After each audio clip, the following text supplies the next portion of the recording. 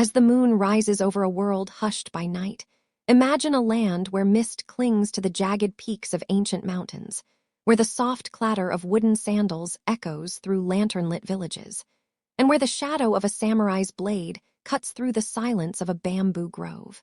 This is feudal Japan, a realm of honor and betrayal, of emperors and warlords, of fleeting beauty and enduring struggle.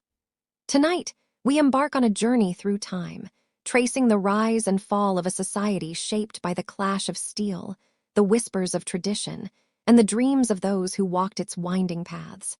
This is not merely a history lesson, but a story woven from the threads of human ambition, sacrifice, and resilience, a tale to carry you gently into the arms of sleep. Picture yourself standing on the edge of a rice paddy, the air heavy with the scent of earth and rain. In the distance, a castle looms, its curved roof silhouetted against the twilight sky, a symbol of power and protection.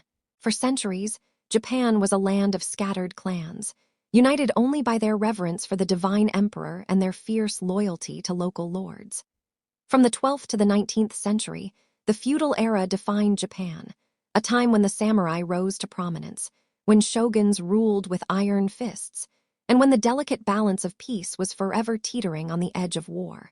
This video will guide you through the intricate tapestry of Japan's feudal past, from the chaos of warring states to the serenity of the Edo period, where art and culture flourished under a fragile peace. This is a story for those who seek to drift into slumber with the weight of history in their hearts. Let the cadence of my voice, like the rhythm of a temple bell, lull you into a world long gone yet ever alive in the stories we tell. Close your eyes, breathe deeply, and let the history of feudal Japan unfold around you, as vivid as a dream, as soothing as a whisper. Hello, this is Sherry, and welcome to my channel. So let's begin. As the first light of dawn creeps over the hills of Heian-kyo, the imperial capital, the year is 794, and Japan is a land of elegance and illusion. The emperor, revered as a living god, sits at the heart of a court draped in silk and poetry, where nobles pen verses beneath cherry blossoms and the air hums with the chants of Buddhist monks. Yet beyond the gilded walls of the palace, a restless wind stirs. The fields are tilled by peasants bound to the land, their lives tethered to the whims of distant lords. The imperial court, once the unchallenged center of power, is fraying at the edges, its authority diluted by time and ambition.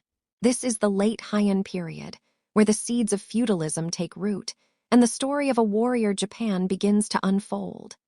Imagine a village nestled in a valley, where the clatter of hooves signals the arrival of mounted warriors, their armor glinting in the morning mist. These are the early samurai, men of the bow and horse, born from the need to protect sprawling estates from bandits and rival clans. They are not yet the legendary figures of later tales, but rough retainers, loyal to local lords who wield more power than the emperor himself. The court, obsessed with ritual and refinement, has grown distant from the provinces, where powerful families like the Taira and Minamoto quietly amass influence. These clans, descended from imperial blood, command private armies and vast lands, their allegiance to the throne more a matter of courtesy than conviction. The Heian court, for all its splendor, is a fragile thing. The emperor's divine status is unquestioned, but his practical power wanes as tax revenues dwindle and provincial governors grow bold. The Fujiwara clan, masters of political maneuvering, dominate the court by marrying their daughters to emperors, ensuring their influence over the throne. Yet even they cannot stem the tide of decentralization.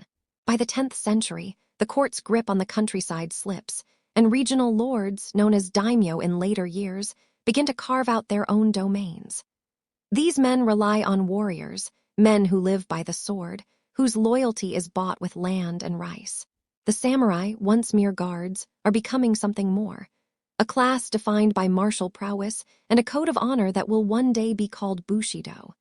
Picture a samurai standing at the edge of a forest, his hand resting on the hilt of a curved blade, his eyes scanning the horizon for threats. His lord has granted him a small plot of land, a reward for his service, and in return, he pledges his life. This exchange, land for loyalty, is the heartbeat of feudalism, a system that binds men to their masters and their masters to the land. It is a world of mutual obligation, where trust is as sharp as a katana's edge and betrayal as common as the autumn rains. The samurai's role grows as the court's influence fades, and by the 11th century, these warriors are no longer mere retainers, but the backbone of a new social order. The late Heian period is a time of subtle shifts, like the first ripples on a still pond. The imperial court, with its endless ceremonies, seems oblivious to the forces gathering beyond its walls. In the provinces, clans like the Terra and Minamoto clash over land and influence, their skirmishes growing bolder with each passing year. These conflicts are not yet wars, but they hint at a future where steel will speak louder than poetry. The emperor, cloistered in his palace, is a symbol of divine continuity, but the real power lies in the hands of those who command armies. The stage is set for a great upheaval, a struggle that will birth the first shogunate and elevate the samurai to the pinnacle of Japanese society. As you drift toward sleep, imagine yourself walking through a Heian village at dusk, the air cool and heavy with the scent of pine. The samurai's silhouette fades into the twilight, but his presence lingers, a promise of the turbulent years to come. What happens when these warriors, bound by loyalty yet driven by ambition, turn their blades on one another? The answer lies in a war that will shake the foundations of Japan, a war that will forge a new era in blood and fire. The year is 1180, and Japan stands on the edge of a blade. The mist hangs low over the hills of Yamato, where the clash of steel and the cries of warriors pierce the morning calm. The imperial court in Heian-kyo, once a beacon of refinement, is now a shadow of its former self, its nobles entangled in intrigues while the provinces burn. Two great clans, the Terra and the Minamoto, lock eyes across a divided land, their rivalry about to ignite a conflict that will reshape Japan forever. This is the Genpei War, a struggle not just for power but for the soul of a nation, where the samurai will rise from the ashes of chaos to claim their place as the arbiters of history. Picture a riverside battlefield, the water stained red as samurai on horseback charge through the mud, their banners fluttering in the wind. The Terra, led by Terra no Kiyomori, have held sway over the court for decades, their wealth and influence unmatched. Kiyomori, a man of cunning and charisma, has woven his family into the fabric of imperial power, securing titles and marriages that make the Terra seem untouchable. But their dominance breeds resentment, and in the east, the Minamoto clan, led by the exiled Minamoto no Yoritomo, sharpens its blades in silence. The Minamoto, once humbled by defeat, are stirring, their warriors fueled by a hunger for vengeance and a vision of a new order. The spark comes in 1180, when Prince Machihito, a disenfranchised imperial heir, calls for rebellion against the Terra. The Minamoto rally to his cause, and what begins as a minor uprising swells into a war that engulfs the land. Imagine a samurai of the Minamoto, his armor patched and worn, kneeling before a makeshift shrine to pray for victory. His loyalty to his clan is absolute, but the path ahead is uncertain, paved with battles that test both body and spirit. The Genpei War is not a single clash, but a series of brutal campaigns, fought across mountains and plains, from the shores of the inland sea to the forests of the north. The war's early years are a dance of strategy and slaughter. The Terra, with their polished armor and courtly connections, hold the capital, but their arrogance blinds them to the growing strength of the Minamoto. In 1181, at the Battle of Tsunemata, the Minamoto score a daring victory, their archers raining arrows under cover of night. Picture the scene: a moonlit riverbank, the air thick with the twang of bowstrings and the screams of the wounded. The Terra retreat, but their resolve hardens, and the war grinds on, each side trading blows that leave villages in flames and fields fallow. The samurai, once mere retainers, emerge as the war's true protagonists. Their code of loyalty and honor, still forming, is tested in every skirmish. A young warrior, perhaps no older than 20, grips his katana as he faces a Terra foe, knowing that death is as likely as glory. These men are not yet the romanticized figures of later tailies, but their courage and skill lay the foundation for the samurai legend. The war also brings technological shifts. The curved takai sword becomes a symbol of their prowess, its blade gleaming as it slices through the chaos of battle. By 1183, the tide turns. The Minamoto, under Yoritomo's shrewd leadership, gain allies among disaffected lords and monks, their forces swelling with each victory. The Taira, sensing their grip loosening, grow desperate. At the Battle of Kurakara, the Minamoto employ cunning tactics, luring the Taira into a mountain pass where they are ambushed. Imagine the panic as Taira warriors, weighed down by heavy armor, scramble over rocky slopes, their banners trampled in the dust. The defeat shatters Taira morale, and the Minamoto press their advantage, driving toward the capital. In 1185, the war reaches its climax at the Battle of Dan-no-Ura, a naval clash in the Straits of Shimonoseki. Picture the scene: wooden ships rocking on turbulent waves, samurai firing arrows across the water as the Taira fleet falters. The Taira, with the young Emperor Antoku in their care, face annihilation. Legend tells of Antoku's grandmother, clutching the child, leaping into the sea to escape capture, a tragic end to their dynasty's dreams. The Minamoto triumph, and Yoritomo stands unchallenged, his vision of a warrior-led Japan within reach.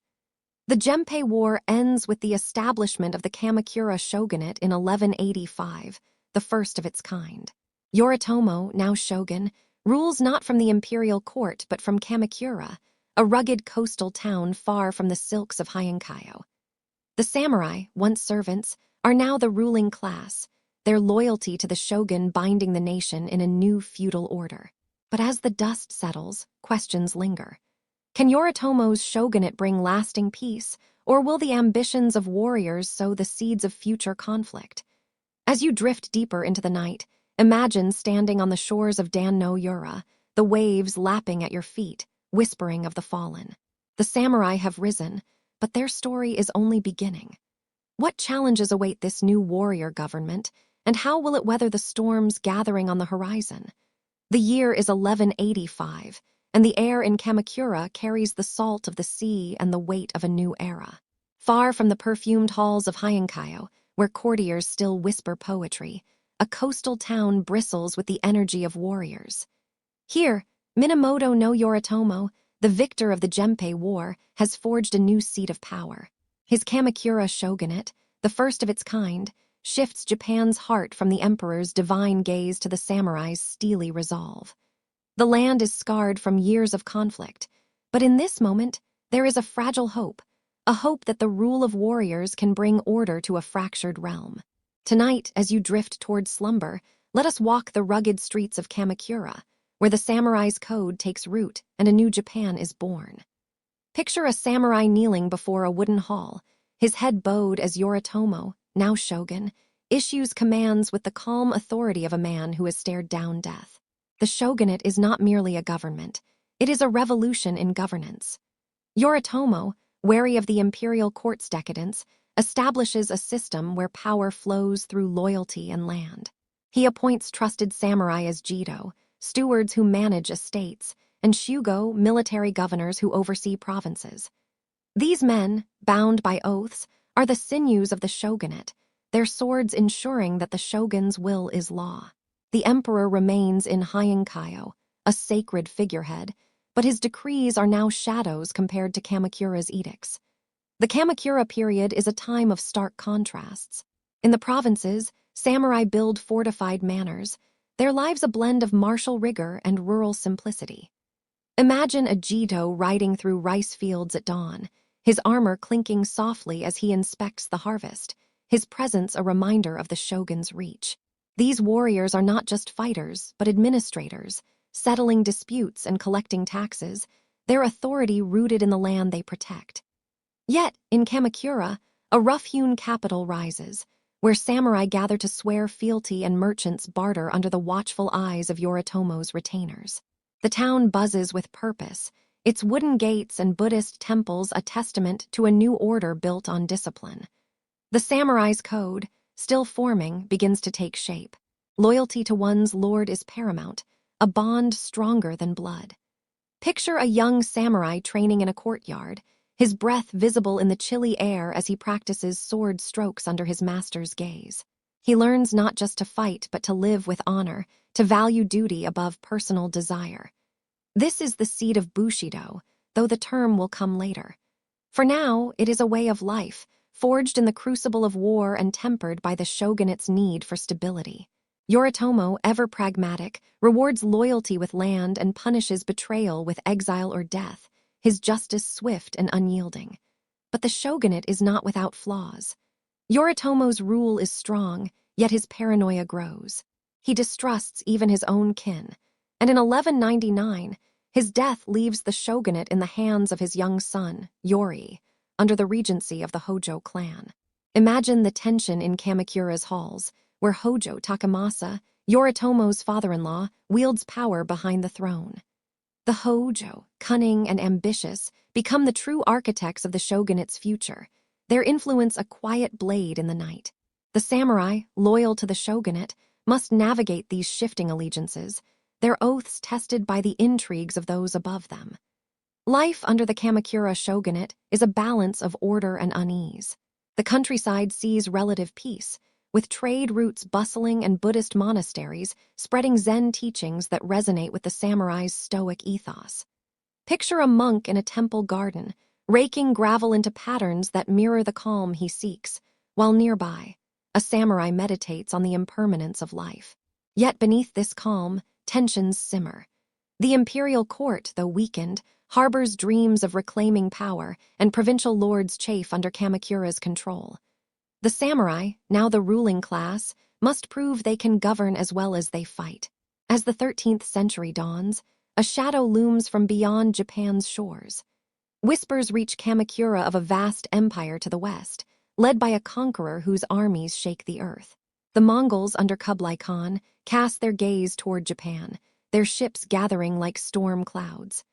The shogunate, still young, faces a test unlike any before, a test not of internal loyalty but of national survival. Can the samurai, forged in civil war, stand united against a foreign tide? As you sink deeper into the night, imagine the waves lapping at Kamakura's coast, carrying rumors of invasion.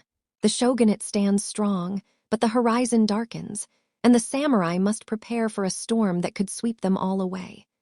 The year is 1274, and the shores of Hakata Bay tremble under a gathering storm. The wind carries the scent of salt and the distant rumble of war drums as dark sails appear on the horizon.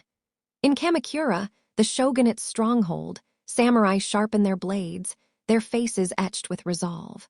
The Mongol Empire, a colossus stretching from the steppes of Asia to the gates of Europe, has turned its eyes to Japan. Under Kublai Khan, grandson of Genghis, the Mongols seek to add this island nation to their dominion. As you drift toward sleep, imagine standing on a rocky cliff, the sea churning below, as the fate of Japan hangs in the balance. This is the story of the Mongol invasions, where human courage and nature's fury collide. Picture a samurai on the beaches of Kyushu, his armor lashed by rain, his eyes fixed on the approaching Mongol fleet. The invaders, numbering in the tens of thousands, bring weapons unknown to Japan, crossbows that fire with mechanical precision, and explosive bombs that shatter the air. The samurai, trained for single combat and archery from horseback, face an enemy unlike any before. The Mongols, with their disciplined ranks and Korean conscripts, land at Hakata Bay in November 1274, their war cries echoing across the dunes. The Japanese, led by the shogunate's loyal vassals, meet them with ferocity, their katanas flashing in the dim light of a clouded dawn. The first invasion is a clash of worlds. The Mongols fight as a unit, their formations tight, their tactics honed on vast battlefields. The samurai, by contrast, prize individual valor, charging into battle with cries of their clan names. Imagine a young warrior, his heart pounding as he nocks an arrow, aiming at a Mongol horseman thundering across the sand. The Battle of Bune, as it is later called, is fierce but brief. The Japanese hold their ground, but the Mongols' numbers and strange weapons press them hard. By nightfall, the invaders withdraw to their ships, perhaps to regroup. But the sea has other plans. A typhoon, sudden and savage, sweeps through the bay, splintering the Mongol fleet and drowning thousands. The survivors flee, and Japan breathes a cautious sigh of relief. The samurai call this storm kamikaze, the divine wind, a sign of the god's protection. In Kamakura, the Hojo regents, now steering the shogunate, proclaim it a miracle, rallying the people around the idea of Japan as a sacred land. Temples echo with prayers of gratitude, and the samurai, their confidence bolstered, prepare for what they know will come again. Picture a village shrine, its wooden torii gate swaying in the breeze, as peasants and warriors alike offer rice to the kami, the spirits who guard the land. The invasion has not only repelled a foe but forged a sense of unity, a belief that Japan is destined to endure. 7 years later, in 1281, the Mongols return, their ambition undimmed. This time, their fleet is vast, over 140,000 men, aboard thousands of ships, dwarfing the first invasion. The shogunate, now under Hojo Takamune, has not been idle. Coastal defenses rise along Kyushu's shores, stone walls hastily built to slow the enemy. Imagine a samurai standing atop one of these walls, his bow drawn taut, as the Mongol armada fills the horizon. The Battle of Koan begins with brutal intensity, the invaders landing in greater numbers, their explosives tearing through Japanese ranks. The samurai, hardened by years of preparation, fight with desperate courage, their arrows and swords holding back the tide. For weeks, the battle rages, neither side yielding. The Mongols, confident in their numbers, press inland, but the Japanese, fighting for their homeland, refuse to break. Picture a moonlit night, a samurai crouching behind a barricade, his breath steady as he waits for the next assault. The shogunate's leadership shines in this moment, with Hojo Takamune urging his warriors to fight not for glory but for survival. Yet, once again, nature intervenes. Another typhoon, even fiercer than the first, roars across the sea, smashing the Mongol fleet against the rocks. Ships sink, men drown, and the invasion collapses in a matter of hours. The kamikaze has struck again, and Japan is spared. The aftermath is a time of reflection. The samurai, though victorious, are exhausted, their lands strained by the cost of war. The shogunate rewards its warriors with promises of land, but the treasury is nearly empty, sowing seeds of discontent. In Kamakura, the Hojo regents strengthen their grip, but whispers of unrest grow among the samurai, who feel their sacrifices go unrewarded. The invasions, though repelled, expose the shogunate's fragility, its reliance on divine fortune rather than unassailable strength. The kamikaze becomes legend, a story told in every village, binding the people to a shared identity as a nation under the god's protection. As the waves calm and the stars emerge over Hakata Bay, imagine a samurai gazing out to sea, his thoughts heavy with the cost of victory. The Mongols are gone, but the shogunate's challenges are far from over. The divine winds have saved Japan, but can they shield it from the tensions brewing within? As you sink deeper into the night, let the rhythm of the tide carry you forward, to a time when the shogunate's strength will face its greatest test, not from without, but from within. The year is 1333, and the air in Kamakura is thick with unease. The once proud shogunate, forged in the fires of the Genpei War and tempered by the Mongol invasions, now teeters on the edge of collapse. In the streets, samurai walk with wary eyes, their loyalty strained by unfulfilled promises and the growing shadow of discontent. Beyond the coastal stronghold, the imperial court in Kyoto stirs, its ambitions rekindled by a restless emperor who dreams of reclaiming the power his ancestors lost. As you drift toward slumber, imagine standing on a hill overlooking Kamakura, the wind carrying whispers of betrayal and the distant clash of swords. This is the story of the Kamakura shogunate's fall, a tale of ambition, rebellion, and the fragility of warrior rule. Picture a samurai in a provincial manor, his hands calloused from years of wielding a blade, his heart heavy with the shogunate's broken vows. The Mongol invasions, though victorious, drained the treasury, leaving the Hojo regents unable to reward their loyal warriors with land or wealth. The samurai, who fought under the banner of the divine wind, feel betrayed, their sacrifices unanswered by the prosperity they were promised. In Kamakura, the Hojo clan, now the true power behind the shogunate, tighten their grip, their regency a web of control that stifles dissent but cannot silence it. The samurai, bound by honor, begin to question their allegiance, their murmurs of unrest echoing through the provinces. Into this fracture steps Emperor Go-Daigo, a man whose ambition burns brighter than the lanterns of Kyoto's imperial palace. Unlike his predecessors, content to reign as divine figureheads, Go-Daigo dreams of restoring imperial rule, of casting off the shogunate's yoke. Picture him in the palace, surrounded by scrolls and advisors, his eyes alight with a vision of a Japan united under the throne. In 1318, he ascends to power, his heart set on reviving the imperial glory of the Heian era. But the Hojo, ever vigilant, watch from Kamakura, their spies woven into the court's silken intrigues. Go-Daigo's early attempts at rebellion falter, and in 1331, he is exiled to the Oki Islands, a windswept prison far from the capital. Yet exile does not break him. Go-Daigo's cause becomes a beacon for those disillusioned with the shogunate. Imagine a fisherman on the shores of Oki, smuggling messages for the emperor, his boat slipping through the night to carry word of rebellion. By 1333, Go-Daigo escapes, rallying loyalists to his banner. Among them is Kusunoki Masashige, a samurai whose name will become legend. Picture Kusunoki, clad in simple armor, leading a band of warriors through dense forests, their footsteps muffled by moss. His guerrilla tactics harass the shogunate's forces, striking from the shadows and vanishing into the hills.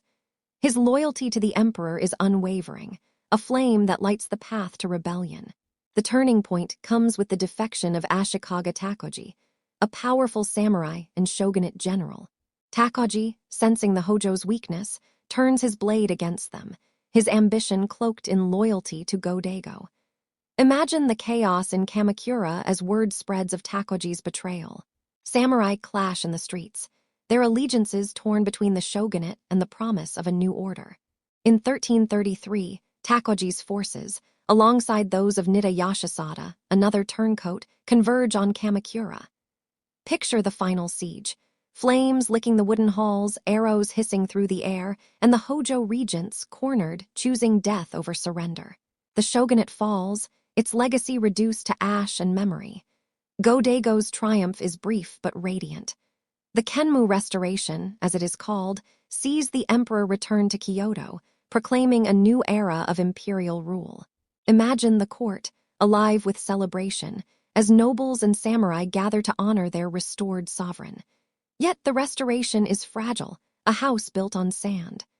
Go-Daigo's vision of centralized power alienates the samurai, who seek land and autonomy, not imperial edicts. Ashikaga Takoji, the hero of the rebellion, harbors his own ambitions, his loyalty to the emperor as thin as a blade's edge.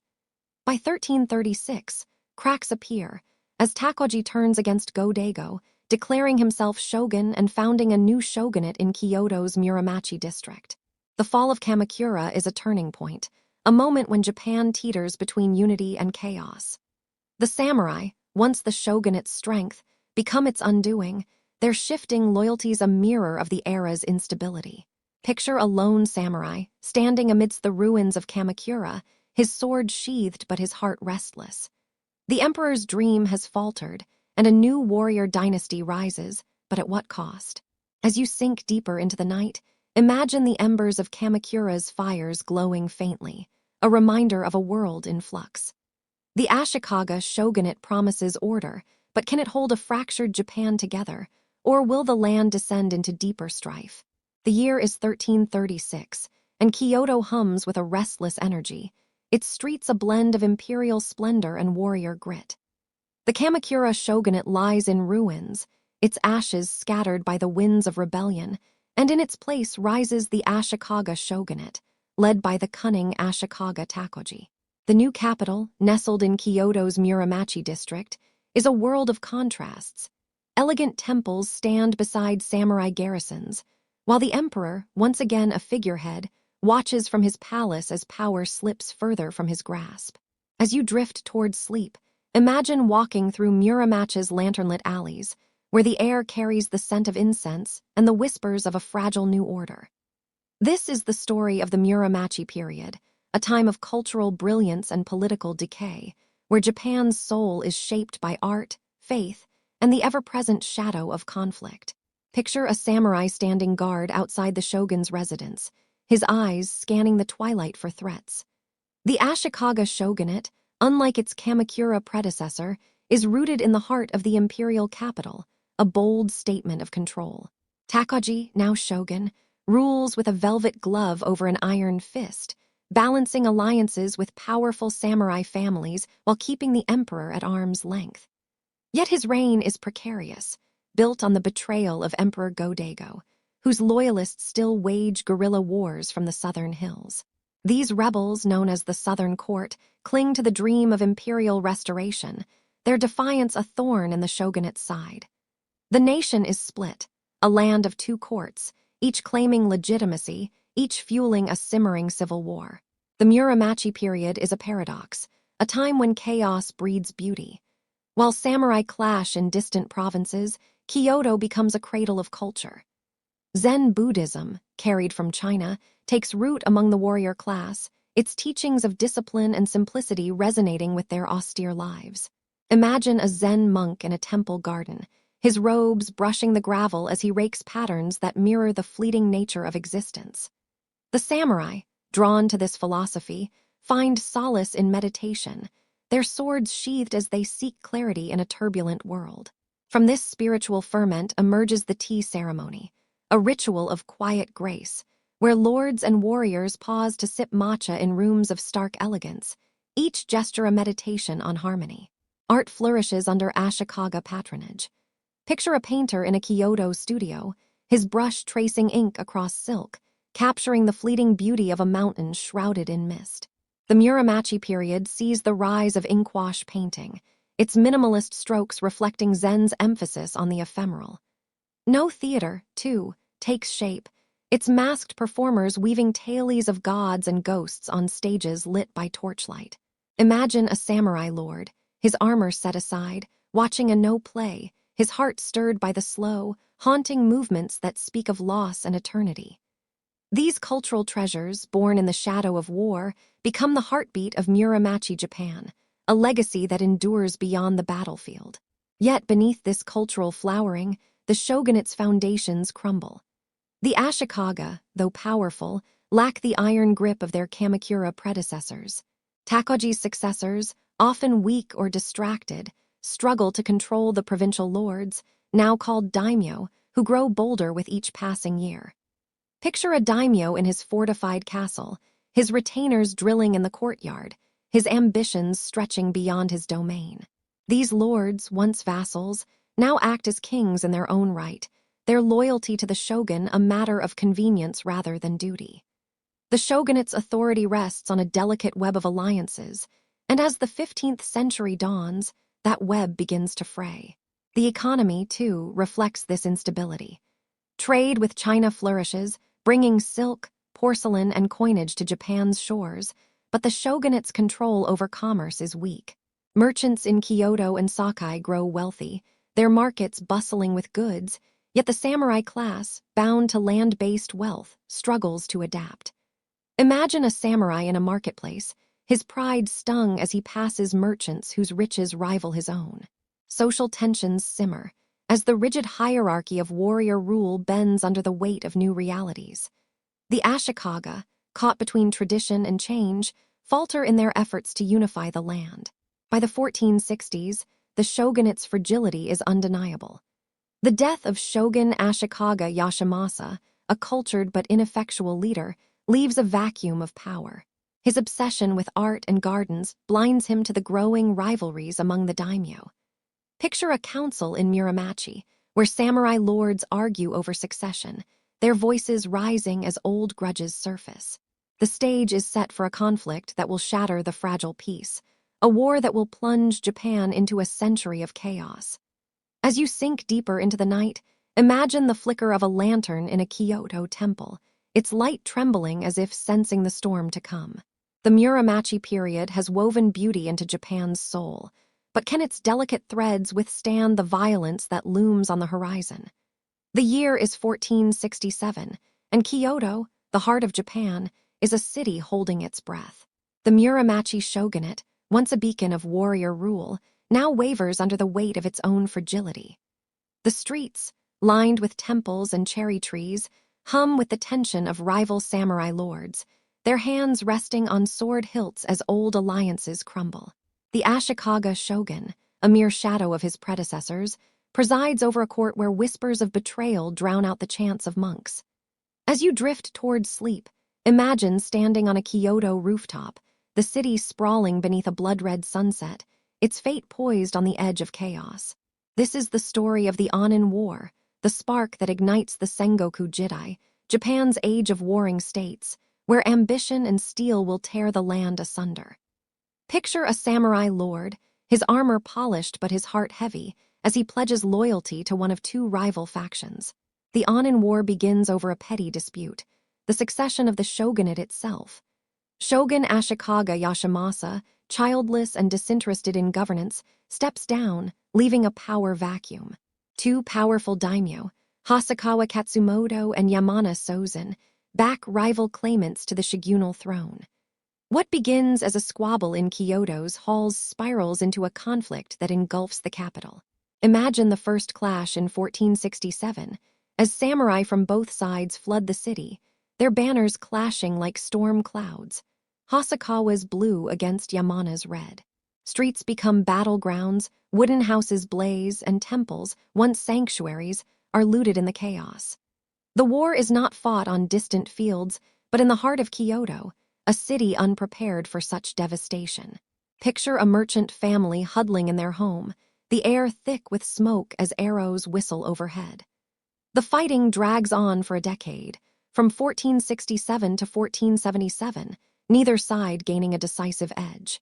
Samurai, trained for honor and single combat, adapt to urban warfare, their katanas flashing in narrow alleys.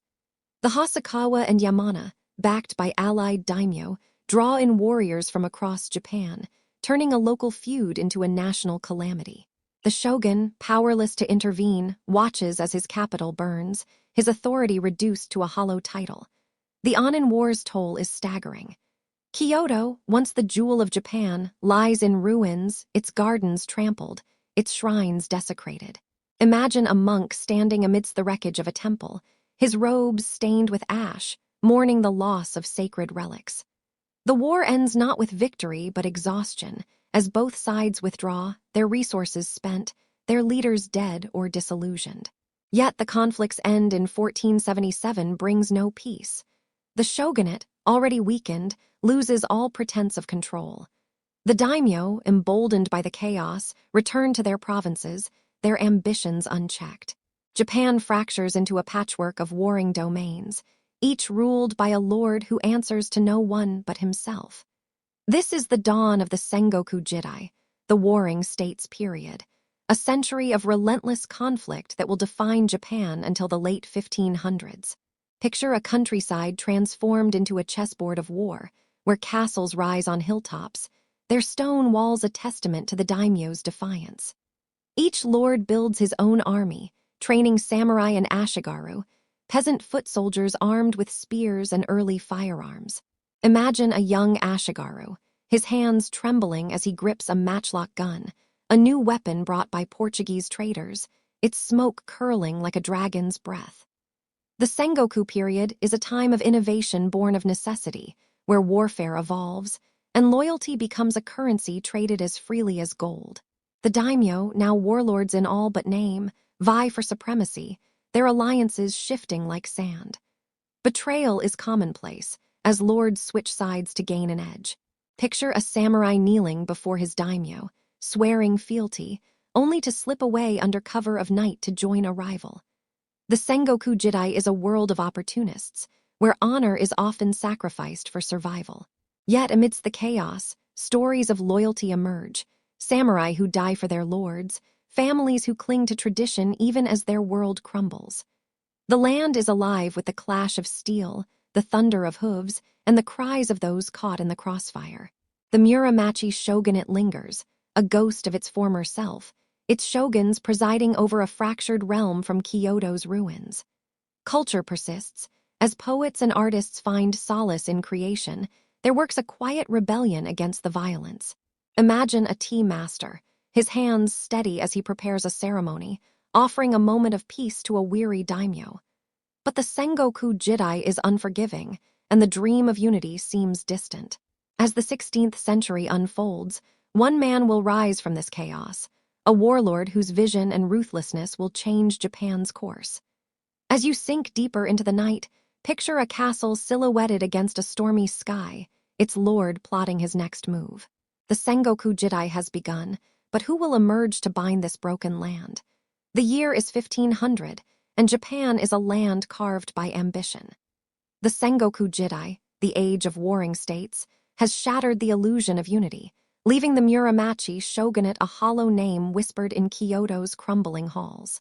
Across the provinces, the air hums with the clatter of armor and the crackle of burning villages, as powerful warlords, the daimyo, rise to claim their own domains. Each castle, perched on a hill or nestled in a valley, is a fortress of defiance, its walls a testament to a lord's will to survive. As you drift towards sleep, imagine standing on a windswept ridge, gazing at a daimyo's stronghold, its banners snapping in the breeze, a beacon of power in a fractured land. This is the story of the daimyo's ascent, a tale of cunning, loyalty, and betrayal that shapes the heart of the warring states. Picture a daimyo in his castle's main hall, his armor gleaming under flickering torchlight as he surveys maps of rival territories. These lords are no longer mere vassals of a distant shogun. They are kings in their own right, commanding samurai, ashigaru foot soldiers, and sprawling estates that feed their armies. Men like Usugi Kenshin, Taikta Shinjin, and Hojo Ujiyasu dominate their regions, their names spoken with awe and fear. Each daimyo builds his power through conquest and alliance, their domains growing as they seize land from weaker neighbors. Imagine a samurai riding through a conquered village, his lord's standard raised high, while peasants bow in submission, their lives now tied to a new master. The daimyo's world is one of constant vigilance. Their castles, evolving from wooden stockades to stone-walled fortresses, are marvels of defense. Picture Heimji Castle, its white walls rising like a heron's wings, its labyrinthine paths designed to confound invaders. Within these strongholds, the daimyo train their armies, blending samurai skill with ashigaru discipline. The introduction of firearms, brought by Portuguese traders in the 1540s, transforms warfare. Imagine an ashigaru, his matchlock musket smoking, firing into a charging enemy, the roar of gunpowder a new sound in Japan's ancient battles. These weapons, though crude, shift the balance, allowing daimyo to field larger, more versatile armies. Loyalty is the currency of the Sengoku Jidai, but it is a fragile thing. A daimyo's power rests on the allegiance of his samurai, who swear oaths in exchange for land and protection. Yet betrayal lurks in every shadow. Picture a samurai kneeling before his lord, his words of fealty masking a plot to defect to a rival. Such treachery is common, as daimyo vie for advantage, offering riches or vengeance to sway their enemies' retainers. The story of Taikta Shinjin, the Tiger of Kai, illustrates this delicate dance. Shinjin, a master strategist, defeats rivals through cunning diplomacy as much as battlefield prowess, yet even he faces betrayal from within his own clan. His rivalry with Usugi Kenshin, the Dragon of Echigo, becomes legend. Their battles at Kawanakajima a clash of titans, each seeking to outmaneuver the other in a deadly game. The daimyo's domains are not just battlegrounds, but centers of culture and economy. While war rages, trade flourishes, as merchants link provinces with goods from China and Europe. Picture a bustling market in Sakai, where silk, spices, and firearms change hands, enriching daimyo who control these hubs. Some lords, like the Mori clan, build fleets to dominate coastal trade, their ships slicing through the inland sea. Yet the wealth of commerce often bypasses the samurai, whose status is tied to land, creating tensions between old traditions and new realities. Imagine a samurai lord, his pride stung as he dines with a merchant whose coffers dwarf his own, a sign of a shifting world. Life under the daimyo is harsh, but vibrant. Peasants toil in rice fields, their labor the foundation of their lord's power, while artisans craft swords and armor in castle towns. Imagine a swordsmith at his forge, the the glow of molten steel reflecting in his eyes, each blade a work of art destined for battle. The daimyo also patronize culture, sponsoring Zen gardens, tea ceremonies, and no plays to legitimize their rule. Yet their authority is never secure. Rival daimyo plot invasions, and even loyal retainers harbor ambitions. The Sengoku Jidai is a crucible, forging leaders who must balance strength with guile to survive. As the 16th century progresses, the chaos of the warring states reaches a fever pitch. The daimyo's rivalries paint Japan in blood, but one man, born of humble origins, will rise to challenge their dominance. Picture a lone figure, his eyes burning with ambition, standing amidst the chaos, his mind fixed on a dream of unity. As you sink deeper into the night, imagine the flicker of a campfire in a war-torn valley, its light casting shadows of warriors poised for the next battle. The daimyo rules supreme, but can their fractured realms withstand the rise of a visionary who seeks to bind Japan as one? The year is 1560, and Japan is a tapestry of war, its provinces torn by the ambitions of daimyo who rule like kings. The Sengoku Jidai, the age of warring states, has stretched the land thin, its fields scarred by battle, its people weary of endless strife. Yet, in the province of Oiri, a spark ignites, a man whose vision and ruthlessness will carve a path through the chaos. His name is Oda Nobunaga, a daimyo whose audacity and cunning will shake the foundations of feudal Japan. As you drift towards sleep, imagine standing on a hill overlooking a burning castle, its flames casting long shadows as Nobunaga's banners rise triumphant. This is the story of his relentless campaign to unify Japan, a tale of brilliance, brutality, and a dream that will reshape a nation. Picture Nobunaga in his youth, a lean figure with piercing eyes, mocked as the fool of Oiri for his eccentric ways, wearing outlandish clothes, defying tradition, and scorning the rigid etiquette of his peers. Yet beneath this facade lies a mind as sharp as a katana's edge. In 1560, at the Battle of Okezama, Nobunaga proves his mettle.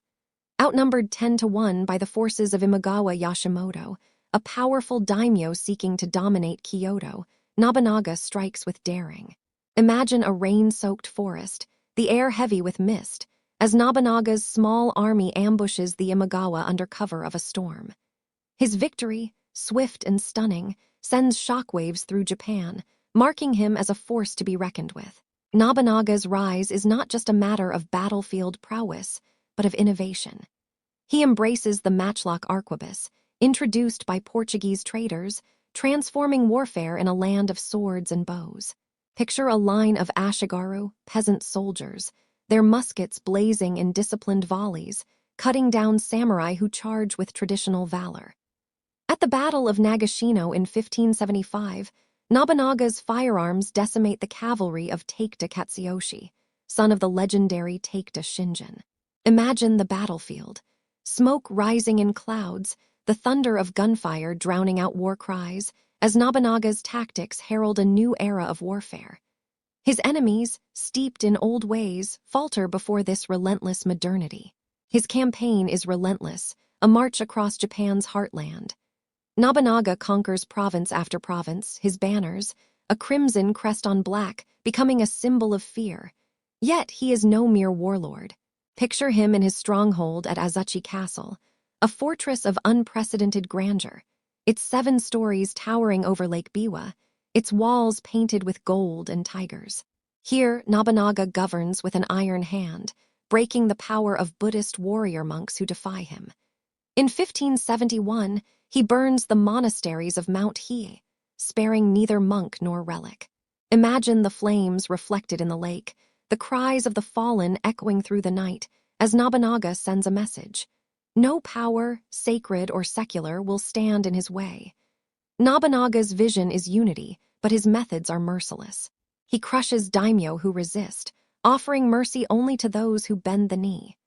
Picture a defeated lord kneeling in Azuchi's hall, his pride broken as he swears allegiance to Nobunaga, knowing defiance means death. Yet Nobunaga is not without humanity.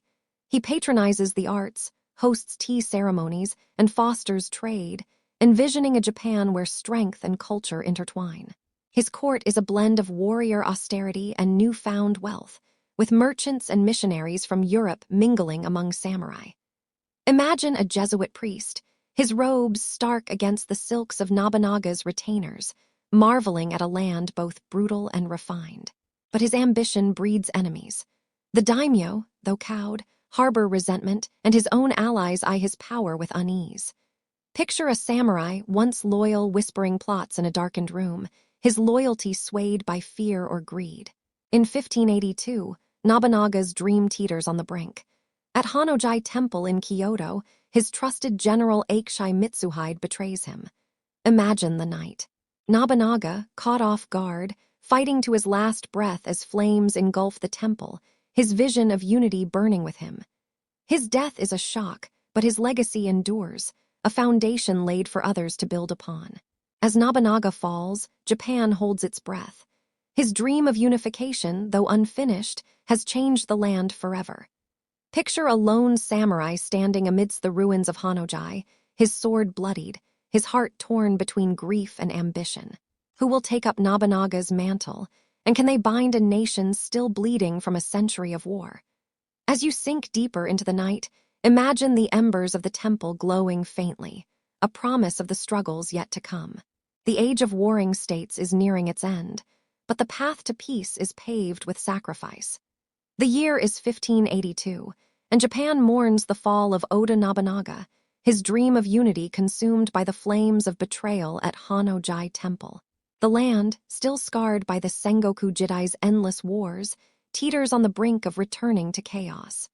Yet, from the ashes of Nobunaga's ambition rises an unlikely figure, a man of humble birth, whose cunning and tenacity will carry Japan closer to unification than ever before. His name is Toyotomi Hideyoshi, once a sandal-bearer, now a warlord whose vision will reshape a nation. As you drift towards sleep, imagine standing in a rice field at dusk, the air heavy with the scent of earth, as Hideyoshi's banners flutter on the horizon, heralding a new era. This is the story of his rise, a tale of grit, glory, and dreams too vast for one man to contain. Picture Hideyoshi in his early days, a slight man with sharp eyes, born to a peasant family in Oiri, his origins a world apart from the samurai elite. Mocked for his plain appearance, he earns the nickname Monkey from Nobunaga, yet his loyalty and intellect make him indispensable. As Nobunaga's trusted general, Hideyoshi proves his worth, commanding armies with a blend of charm and ruthlessness. When Nobunaga falls, Hideyoshi acts swiftly, avenging his lord by crushing Akeshi Mitsuhide at the Battle of Yamazaki. Imagine the battlefield. Samurai clashing under a crimson sky, Hideyoshi's forces moving with precision, his mind already plotting beyond vengeance to a greater prize, Japan itself. Hideyoshi's rise is a marvel of strategy and charisma. Unlike Nobunaga, whose brutality cowed his enemies, Hideyoshi blends force with diplomacy. He woos rival daimyo with promises of land and honor, turning foes into allies. Picture a warlord's castle, its hall filled with tense negotiations, as Hideyoshi, clad in simple robes, offers terms that spare lives but bind loyalties. By 1590, after a series of campaigns, he subdues the powerful Hojo clan in Odawara, bringing eastern Japan under his control. His greatest triumph comes in the siege of Odawara Castle, where patience, not bloodshed, wins the day. Imagine the castle's walls unbreached as the Hojo surrender, awed by Hideyoshi's relentless resolve. His vision extends beyond the battlefield. Hideyoshi seeks to remake Japan's fractured society. He issues the sword hunt, disarming peasants to prevent uprisings, ensuring only samurai wield weapons.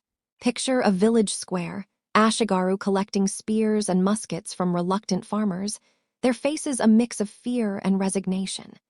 He also freezes the social order, binding peasants to the land and samurai to their lords, creating a rigid hierarchy to stabilize his rule.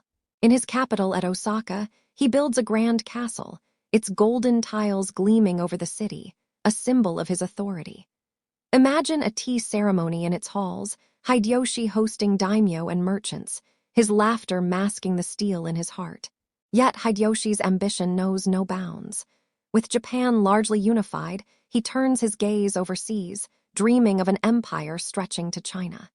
In 1592, he launches an invasion of Korea, a campaign as bold as it is ill-fated. Picture Japanese ships landing on Korean shores, samurai and ashigaru marching through unfamiliar terrain. Their matchlocks no match for Korea's resilient defenders and Chinese reinforcements. The invasion stalls, costing lives and resources, and a second attempt in 1597 fares no better. Imagine a samurai, weary and far from home, staring at a Korean sunset, questioning the cost of his lord's dream. The Korean campaigns drain Japan's strength, sowing seeds of discontent among Hideyoshi's allies. At home, Hideyoshi's rule is a blend of grandeur and paranoia. He fosters culture, patronizing tea masters like Sen no Rikyu, whose austere ceremonies reflect the era's fleeting peace. Yet he grows suspicious, executing allies he fears might betray him. Picture a darkened hall, a samurai kneeling as Hideyoshi's decree sentences him to death, loyalty no shield against a ruler's fears. In 1598, Hideyoshi dies, his health broken, leaving a young son, Hideyori, as his heir. His dream of a lasting dynasty hangs by a thread, entrusted to a council of regents led by Tokugawa Ieyasu, a daimyo whose own ambitions simmer beneath a mask of loyalty. Hideyoshi's legacy is a Japan on the cusp of unity, its warring states subdued but not fully bound. His reforms lay the groundwork for peace, but his failures in Korea and his fragile succession leave the nation vulnerable.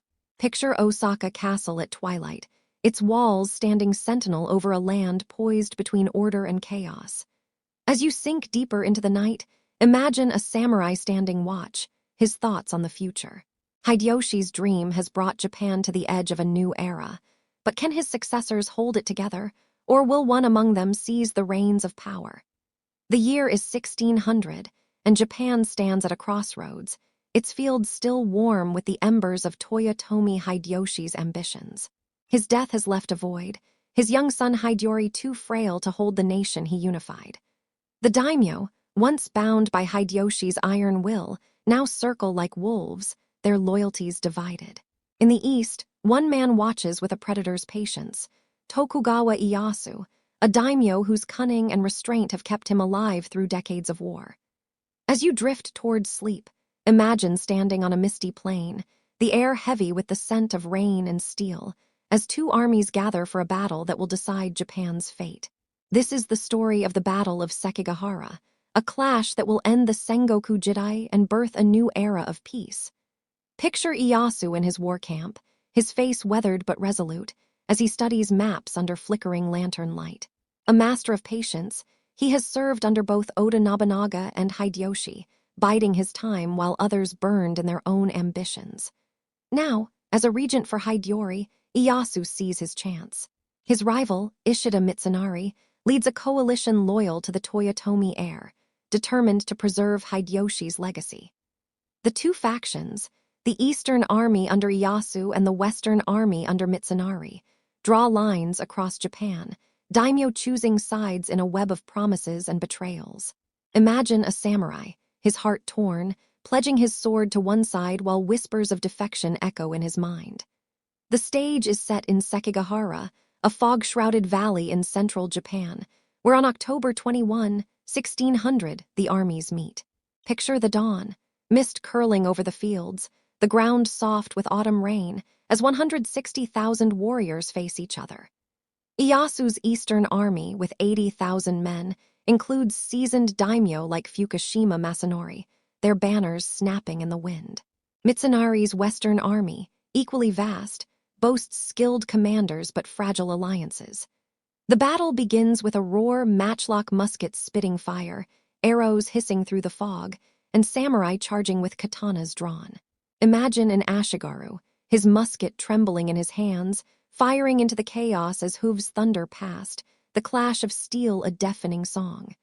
The battle's outcome hinges on loyalty or the lack of it. Kobayakawa Hidaki, a young daimyo commanding a key position, wavers between the two sides. Picture him on a hill, his retainers urging action as he watches the tide of battle shift.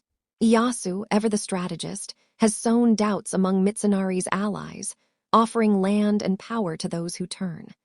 In a pivotal moment, Kobayakawa defects, his 15,000 men charging down the hill to strike the Western Army's flank. Imagine the panic in Mitsunari's ranks, samurai turning to see their allies' blades turned against them, the ground slick with blood as the line collapses.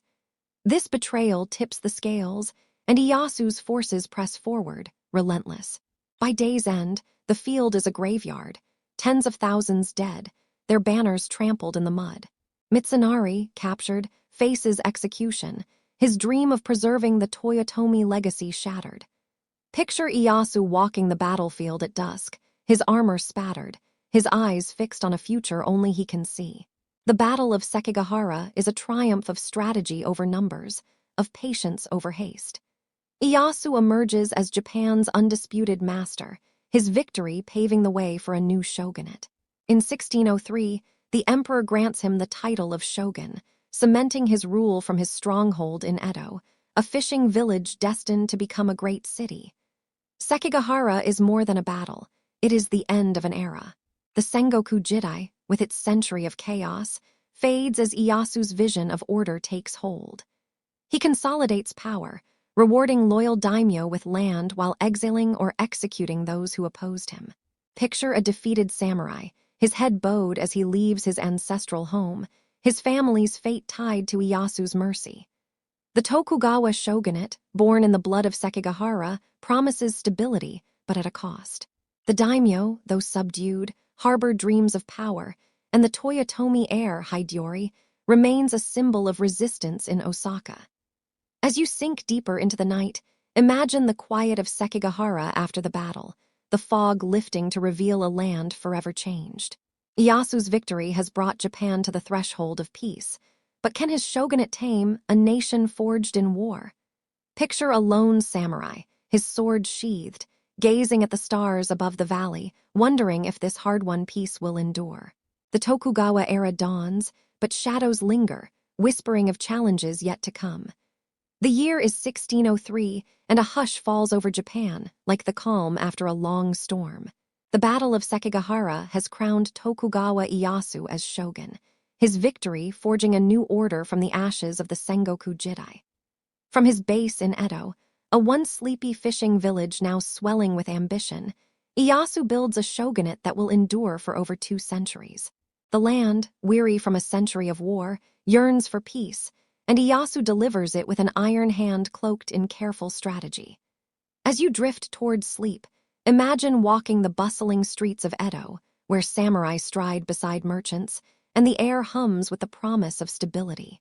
This is the story of the Tokugawa shogunate and the Edo period, a time of rigid control, cultural flowering, and a peace as fragile as it is enduring. Picture Ieyasu in Edo Castle, its stone walls rising above the Sumida River, a fortress symbolizing his unyielding authority. The Tokugawa shogunate is a masterpiece of control, designed to prevent the chaos of the warring states from returning.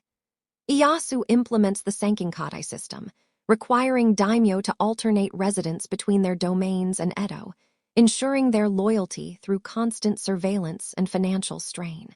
Imagine a daimyo's procession, hundreds of retainers marching along the Takedo Road, their banners bright against the autumn leaves, their wealth drained by the journey's cost. This system binds the daimyo to the shogun, their power tethered to Edo's will. The Tokugawa era imposes a strict social hierarchy, a pyramid carved in stone. At the top are the samurai, who make up less than 10% of the population but wield absolute authority. Below them are farmers, artisans, and merchants, each class locked in place, their roles dictated by birth. Picture a samurai patrolling a village, his twin swords a mark of his status, while peasants bow low, their lives bound to the rice fields that feed the nation. Merchants, though wealthy, are scorned as the lowest class, yet their influence grows as trade flourishes. Imagine a merchant in Edo's markets, his silks and coins piling high, his ambition chafing against the rigid order. Peace brings prosperity, and Edo grows into a thriving capital. By the 17th century, it is one of the world's largest cities, its streets alive with tea houses, kabuki theaters, and shops selling lacquered goods. Picture a festival in Edo, lanterns swaying as crowds cheer a kabuki actor, his painted face telling tales of samurai valor. The arts flourish under Tokugawa patronage, with ukiyo-e woodblock prints capturing the floating world of pleasure and transience. Imagine an artist carving a block, his hands steady as he etches a geisha's smile, her image destined to adorn a merchant's home. Poetry, tea ceremonies, and Zen gardens thrive, reflecting a society at peace, yet haunted by its impermanence. The shogunate's control extends to religion and foreign influence. Fearing the spread of Christianity, introduced by Portuguese missionaries, Ieyasu bans the faith, expelling foreigners and martyring converts. Picture a hidden Christian, praying in a secret attic, his rosary concealed as samurai search nearby. By the 1630s, Japan closes its doors to the world under the Sakoku policy, allowing only limited trade with the Dutch and Chinese at Nagasaki. Imagine a Dutch ship anchored in Nagasaki's harbor, its crew watched closely, a rare window to a world Japan has turned away from. This isolation preserves the shogunate's authority, but sows the seeds of stagnation. The samurai, though exalted, face their own struggles. With no wars to fight, many become bureaucrats, their swords more symbolic than practical. Picture a samurai in Edo, his days spent on paperwork, his pride tethered to a fading warrior ideal. Some turn to scholarship or the arts, while others fall into debt, their stipends no match for the rising wealth of merchants. The Tokugawa peace, while stable, is a gilded cage, binding all to a system that resists change. Villages prosper, but peasants bear heavy taxes, and urban growth strains the land's resources. Imagine a farmer, his back bent under the harvest, his eyes on the distant castle that claims his labor. Yet cracks appear in the shogunate's armor. The Toyotomi loyalists, led by Hideyori, remain a threat until Ieyasu crushes them at the Siege of Osaka in 1615. Picture Osaka Castle burning, its walls crumbling as the last of Hideyoshi's line falls, cementing Tokugawa dominance. But economic pressures mount as trade and urban growth empower merchants and natural disasters strain the shogunate's resources. By the 18th century, whispers of dissent grow, as samurai and peasants alike chafe under rigid rule. Imagine a samurai in a tea house, his voice low as he speaks of reform, his words a spark in a tinderbox. As you sink deeper into the night, picture Edo at twilight, its lanterns glowing like stars against the darkening sky. The Tokugawa shogunate has brought peace, but its order is a delicate balance, a dance of control and compromise. Can this peace endure, or will the forces of change, within and beyond Japan's shores, unravel the shogun's grip? Imagine a samurai standing by the Sumida River, his reflection rippling in the water, his thoughts on a future he cannot yet see. The Edo period shines, but shadows gather, hinting at a reckoning to come. The year is 1700, and Edo, the heart of the Tokugawa shogunate, pulses with life. Its streets teem with samurai striding purposefully, merchants haggling over silk and sake, and artisans crafting wares under the shadow of Edo Castle. The Sengoku Jidai's chaos is a distant memory, replaced by a peace that has lasted a century, a peace as rigid as it is vibrant. From rural villages to bustling cities, Japan under the Tokugawa is a land of order, where every person knows their place, yet beneath the surface, dreams and desires stir. As you drift towards sleep, imagine walking through Edo's lanternlit alleys, the air alive with the clatter of geta sandals and the laughter of a kabuki crowd. This is the story of life in Edo, Japan, a tapestry of duty, art, and quiet rebellion woven into the fabric of a nation at peace. Picture a samurai in his Edo residence, his twin swords tucked into his obi, a mark of his rank in a world without war. The Tokugawa hierarchy places samurai at the top, their status unassailable, yet many find themselves adrift in this era of calm. With battles scarce, they serve as administrators, their days filled with ledgers rather than lances. Imagine one such warrior, his calloused hands tracing ink over parchment, his heart yearning for the glory of his ancestors. Some samurai turn to scholarship, mastering poetry or Confucian philosophy, while others fall into debt, their stipends eroded by the rising cost of urban life. Their honor remains, but it is tested by a society that no longer needs their swords. Below the samurai, farmers form the backbone of Japan, their lives bound to the rhythms of the seasons. Picture a peasant in a rice paddy, his straw hat shielding him from the sun, his hands deep in the mud as he plants the crop that sustains the nation. The Tokugawa system taxes farmers heavily, yet they are revered as the foundation of society, their labor feeding both lord and commoner. Villages are tight-knit, governed by headmen who mediate disputes and ensure taxes flow to the daimyo's coffers. Imagine a village festival, lanterns swaying as farmers dance to honor the harvest, their joy a fleeting escape from toil. Yet whispers of unrest linger, as droughts or heavy taxes push some to flee to cities, seeking a new life. Artisans and merchants, though lower in status, thrive in Edo's urban centers. Picture a swordsmith in his workshop, the glow of his forge casting shadows as he hammers a blade, each strike a prayer for perfection. Artisans craft everything from lacquered boxes to ukiyo-e prints, their work adorning samurai homes and merchant shops. Merchants, scorned as the lowest class, wield growing influence as Edo's economy booms.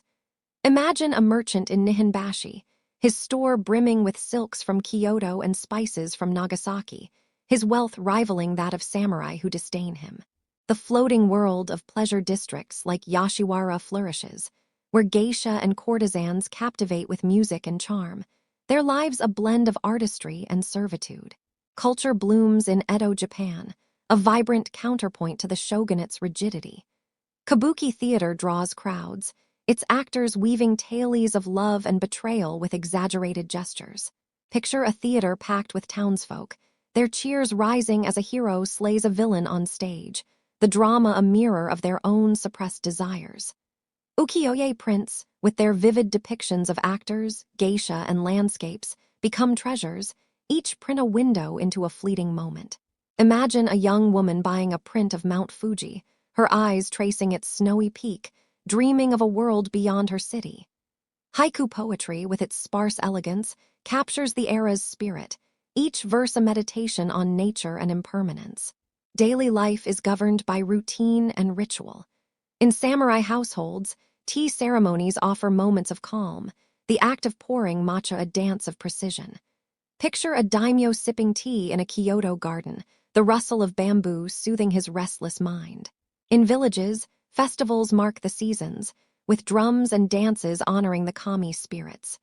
Even merchants embrace ritual, their shops adorned with Shinto charms for prosperity. Yet the shogunate's sakoku policy isolates Japan, limiting contact with the outside world. Imagine a Dutch trader in Nagasaki, his ship a rare link to distant lands, his stories of Europe a curiosity to the few who hear them. This isolation preserves tradition but stifles innovation, leaving Japan frozen in time. Beneath the surface, tensions simmer. Samurai resent the wealth of merchants, while peasants chafe under taxes. Picture a farmer slipping away at night, his bundles slung over his shoulder, heading for Edo's promise of freedom. The shogunate's spies watch closely, their reports ensuring dissent is quashed. Yet the Edo period's peace is a marvel, a balance of control and creativity that defines Japan for centuries. As you sink deeper into the night, imagine a lantern-lit street in Edo, its glow softening the edges of a rigid world. The Tokugawa order holds firm, but can it withstand the pressures building within and the whispers of a world beyond its shores? The year is 1800, and the Tokugawa shogunate, once an unyielding pillar of order, begins to show its age. Edo, now a sprawling metropolis, hums with the energy of merchants, artisans, and samurai, yet beneath its bustling surface, cracks are forming. The peace that has defined Japan for 2 centuries is fraying, strained by economic stagnation, social unrest, and whispers from a world beyond its closed borders. The samurai, proud guardians of the old order, walk the streets with swords that have not tasted battle in generations, their purpose dulled by time. As you drift toward sleep, imagine standing on a bridge over the Sumida River, the city's lanterns flickering like stars, their light unable to hide the shadows creeping across the land. This is the story of the Tokugawa shogunate's decline, a tale of a system stretched thin by its own rigidity and the stirrings of a new era. Picture a samurai in his Edo residence, his stipend barely covering the rice and sake for his household. The Tokugawa economy, built on the labor of farmers and the taxes of daimyo, is faltering. Rice prices fluctuate, and natural disasters, floods, famines, and earthquakes, devastate the countryside. Imagine a village in the north, its fields barren after a harsh winter, its peasants huddled around a meager fire, their resentment simmering as tax collectors arrive. The Sankinkatai system, requiring daimyo to maintain lavish residences in Edo, drains their wealth, forcing many into debt to merchants. These merchants, once scorned, now hold the purse strings, their influence a quiet challenge to the samurai's dominance. Social tensions ripple through Japan's rigid hierarchy. The samurai, bound by honor, struggle in a world where wealth speaks louder than status. Picture a young warrior, his pride stung as he passes a merchant's opulent home, its sliding doors painted with scenes of prosperity he cannot afford. Some samurai turn to banditry or rebellion, their loyalty to the shogunate eroded by hardship. Peasants, too, grow restless, staging uprisings when taxes become unbearable. Imagine a rural revolt, farmers wielding bamboo spears against samurai enforcers, their cries for justice echoing through the hills. The shogunate quashes these rebellions, but each one chips away at its authority, exposing the fragility of its control. The Sakoku policy, sealing Japan from foreign influence, begins to strain against the tides of change. In Nagasaki, the Dutch traders, confined to a small island, bring news of a world transformed by industry and empire.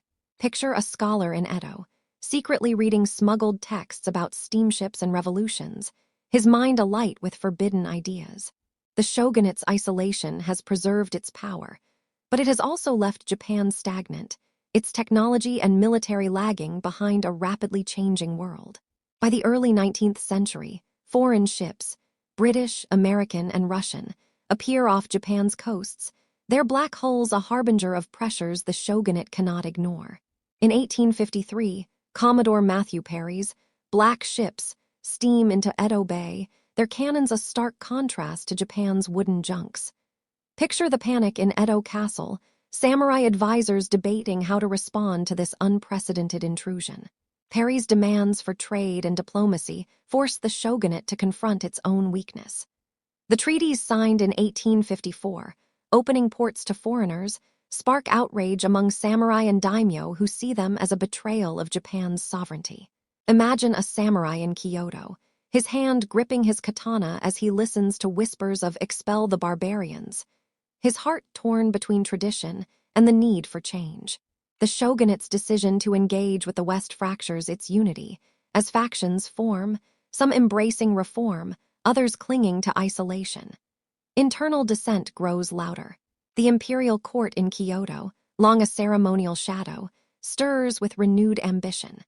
Picture a noble in the palace, his robes whispering as he speaks of restoring the emperor's power, a dream fueled by growing anti-shogunate sentiment. Samurai from domains like Satsuma and Choshu, once loyal, begin to rally around the emperor, their swords drawn for a cause greater than their daimyo. Intellectuals and reformers, inspired by Western ideas, call for modernization, challenging the Tokugawa's feudal order. Imagine a secret meeting in a Kyoto tea house, samurai and scholars plotting under the cover of night, their words a spark that could ignite rebellion. The shogunate, led by weak shoguns in its final decades, struggles to adapt. Economic crises deepen, with inflation eroding the samurai's stipends and merchant wealth soaring. Picture a marketplace in Osaka, where coins change hands faster than loyalty, and samurai barter heirlooms to survive. Natural disasters and famines fuel unrest, and the shogunate's heavy-handed responses only deepen resentment. By the 1860s, the Tokugawa order is a castle built on sand, its walls crumbling under the weight of internal strife and external pressure. The stage is set for a revolution, one that will sweep away the old order and thrust Japan into a new age. As you sink deeper into the night, imagine a samurai standing by the Sumida River, his reflection wavering in the water, his thoughts on a Japan he no longer recognizes. The Tokugawa shogunate, once a beacon of stability, is fading, its light dimmed by forces it cannot control. Can the old ways survive, or will the rising tide of change sweep them away? Picture the distant glow of Kyoto, where a young emperor waits, his destiny poised to reshape a nation. The end of the feudal era looms, and with it, a dawn unlike any Japan has seen. The year is 1868, and Japan stands on the precipice of a new dawn. The Tokugawa shogunate, once an unshakable pillar of order, crumbles under the weight of its own rigidity and the relentless tide of change. Edo's streets, once alive with the swagger of samurai and the bustle of merchants, now echo with the footsteps of rebels and the murmurs of a nation awakening.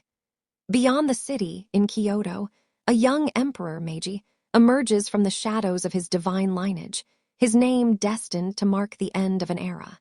As you drift towards sleep, imagine standing on a hill overlooking Edo Bay, where foreign ships loom like omens, their smoke mingling with the mist of a Japan poised for transformation.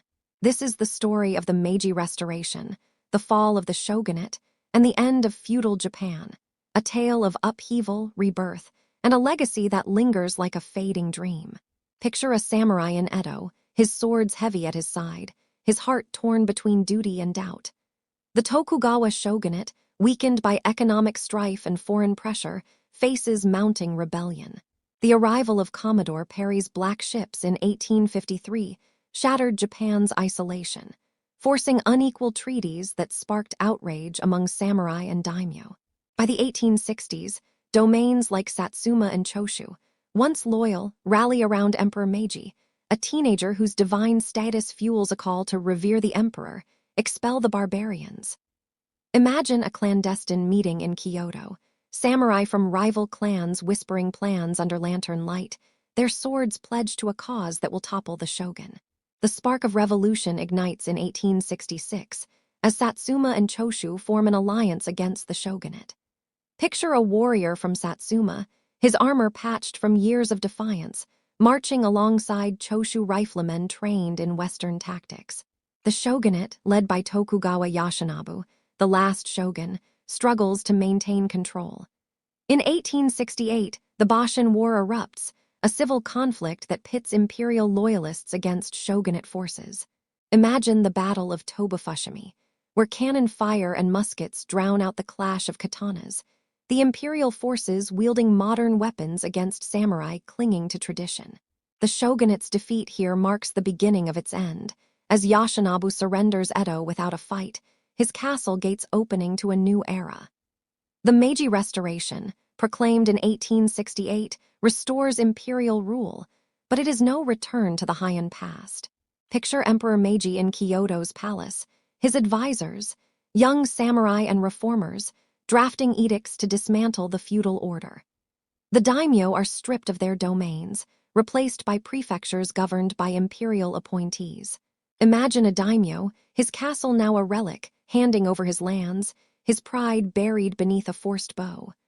The samurai class is abolished, their swords outlawed, their stipends replaced with bonds that dwindle in value. Picture a former samurai, now a clerk or farmer, his hands unused to labor, his identity severed like a cut thread. Japan transforms with breathtaking speed. The Meiji government embraces Western models, building railroads, telegraphs, and factories. Picture a train steaming through rice fields, its whistle a strange new song in a land of ancient shrines. Conscription creates a modern army, replacing samurai with commoners trained in Prussian tactics. Schools teach Western science alongside Confucian classics, and cities swell with factories and gaslights. Imagine a young girl in Tokyo, once Edo watching a steamship dock, her kimono brushing against a Western-style dress, her world a blend of old and new. Japan's ports open to trade, and by the 1890s, it emerges as a modern power, defeating China in the Sino-Japanese War, a feat unthinkable under the shogunate. Yet the end of feudalism is not without pain. Samurai rebellions, like the Satsuma Rebellion of 1877, flare as warriors resist their loss of status. Picture Seigo Takamori, a Satsuma hero leading a doomed charge against imperial troops, his katana no match for modern rifles. Peasants, too, struggle under new taxes and conscription, their lives upended by reforms. Imagine a farmer in a northern village, his fields unchanged but his sons drafted, his heart heavy with the loss of the old ways. The Meiji era brings progress but also dislocation, as Japan races to catch up with a world it once shunned. The legacy of feudal Japan endures, woven into the nation's soul. The samurai's code of honor, the artistry of ukiyo-e, the serenity of Zen gardens, all survive, cherished as cultural treasures. Picture a modern temple, its priest tending a garden unchanged since the Edo period, its gravel raked in patterns of eternal calm. The feudal era, with its wars and wonders, shaped Japan's resilience, its ability to adapt while holding fast to tradition. As you sink deeper into the night, imagine a lantern glowing in a Tokyo shrine, its light a bridge between past and present. The shogunate is gone, but its echoes linger, whispering of a time when samurai ruled and Japan dreamed beneath a fragile peace. As the stars fade over a modern Tokyo, where skyscrapers tower above ancient shrines, the echoes of feudal Japan linger like a half-remembered dream. The journey we've taken, from the misty hills of the Heian period to the transformative dawn of the Meiji Restoration, is more than a chronicle of battles and shoguns. It is the story of a people who forged resilience in the crucible of war, who wove beauty from chaos, and who carried the weight of honor through centuries of change. The samurai, with their katanas gleaming under lantern light, the peasants toiling in rice fields, the artists capturing fleeting moments in ink and verse, they all shaped a Japan that endures in spirit, even as its feudal foundations have crumbled. Picture yourself standing once more on that hill overlooking Edo Bay, the year now 1868, the air heavy with the scent of salt and possibility. The Tokugawa shogunate has fallen, its rigid order swept away by the Meiji tide, yet its legacy is not erased. The discipline of the samurai lives on in Japan's modern ethos, their code of loyalty and sacrifice echoing in the nation's unity. The Zen gardens, tea ceremonies, and ukiyo-e prints remain, cherished as threads of a cultural tapestry that binds past to present. The feudal era, with its clash of steel and whispers of betrayal, taught Japan to adapt, to balance tradition with progress, a lesson that carried it from isolation to global power. Reflect on the lives we've glimpsed. The samurai who knelt before his lord, his heart torn between duty and ambition. The peasant who danced under festival lanterns, finding joy amidst toil. The daimyo who built castles only to see them burn. Their stories are not mere relics, but mirrors of the human spirit, reminding us of the fragility of order and the strength found in perseverance. As you drift toward sleep, let these images settle in your mind. The flicker of a temple lantern, the rustle of a kimono, the distant roll of waves against a shore where history was written in blood and dreams. Feudal Japan is gone, but its spirit whispers in every corner of this land. The Meiji Restoration closed one chapter, but it opened another, one where Japan rose to meet the world, carrying the lessons of its past. As we close this journey, I invite you to carry these stories with you, to let them linger in your dreams, as vivid as the moonlight on a samurai's blade. Hello, this is Sherry, and thank you for joining me on this journey through the history of feudal Japan.